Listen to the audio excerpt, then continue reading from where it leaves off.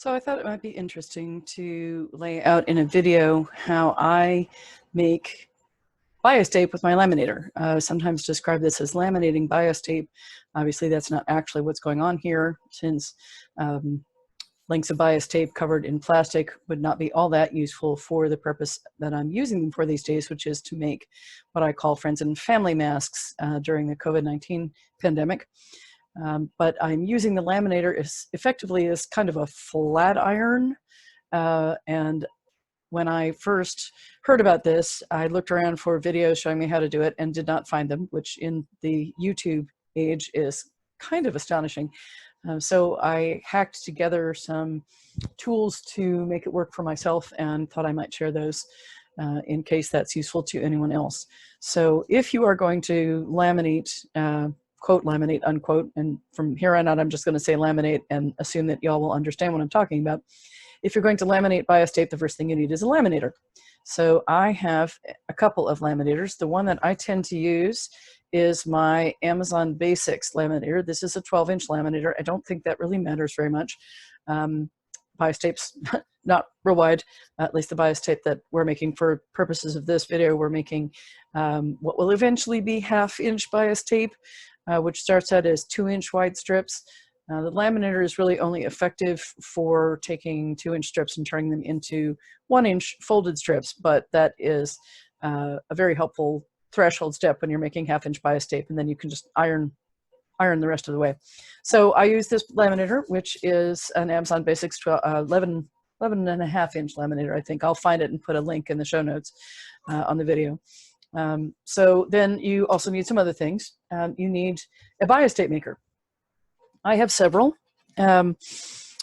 They are a little tricky to find right now as of the date when I'm recording this, which is the 7th of May, 2020, because the pandemic is all over the world at this point and has been very active in the United States for the better part of 2 months.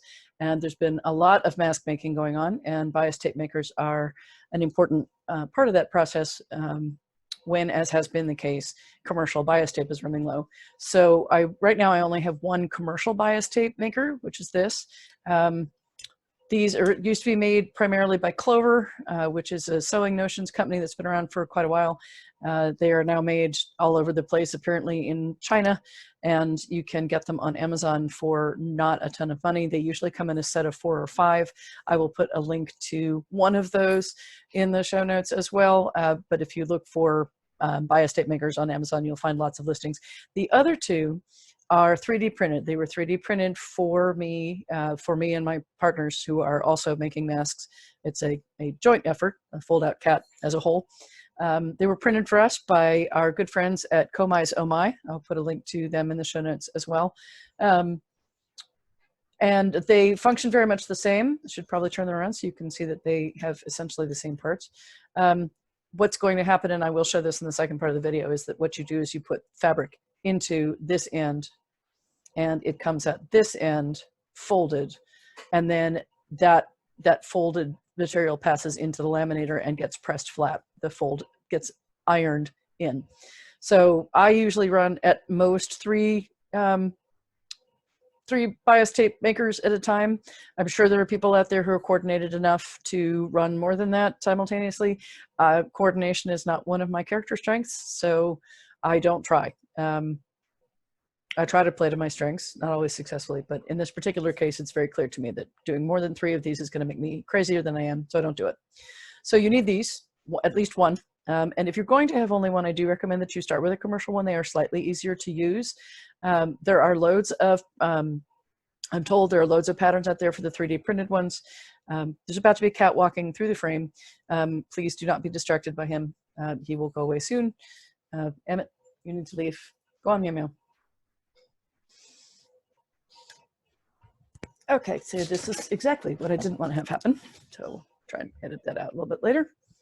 Sorry about the cat. There are 7 of them in the house, so that happens. So the next thing you're going to need is something to attach the bias tape makers to, so that they can be held steady while you are feeding fabric through them. I use these. These are pieces of foam core. I just happen to have these around the house. This is really cheap ass foam core that I originally bought at the dollar store. And I had these pieces already cut. You will see in the second part of the video that they do need to be at least long enough to be kind of wedged underneath your laminator, and to have the bias tape makers attached to the ends of them, but they don't need to be super long, and the length of them is actually going to be determined primarily by how your physical setup works with your laminator. You're going to need a way to attach the the bias tape makers to the foam core. I use super high-tech rubber bands, one per laminator. I use sturdy, thick ones. I don't know that it matters hugely. You are going to need strips of fabric.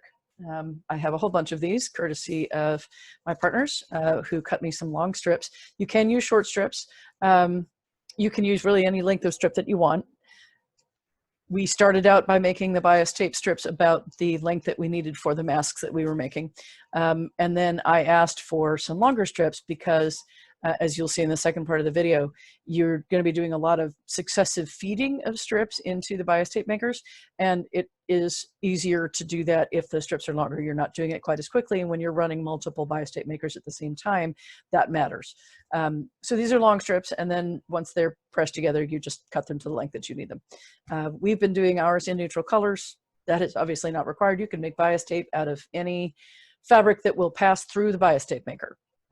I would not actually, as I think about it, recommend using anything super shreddy, because if you're going to laminate your bias tape, you are running the risk of having the threads shed in the middle of the machinery. And since it's not actually meant for that, that is probably not a desirable outcome. But we use a lot of cotton, mostly quilter's cotton, of various weights. And the weight of the fabric does make a difference as to how amenable it is to being laminated. That's something you're just going to have to discover for yourself by experiment. I asked the partner who's really knowledgeable about fabric if he could give me a descriptive term for the kind of cotton fabric that we typically use. And he's like, no, it's quilter's cotton. And I said, well, doesn't that come in various weights? And he's like, yeah. And I said, well, so is there words for them? He said, yes, there's heavier quilter's cotton and lighter quilter's cotton. So there you go. You'll have to experiment. You will need something to get the strips into the laminator. I actually use pieces of plastic that I have laminated. This is a laminating sheet. It started out being 8.5 by 11 because that's pretty standard. And I ran it through empty and laminated it. And then I cut it into 2 pieces.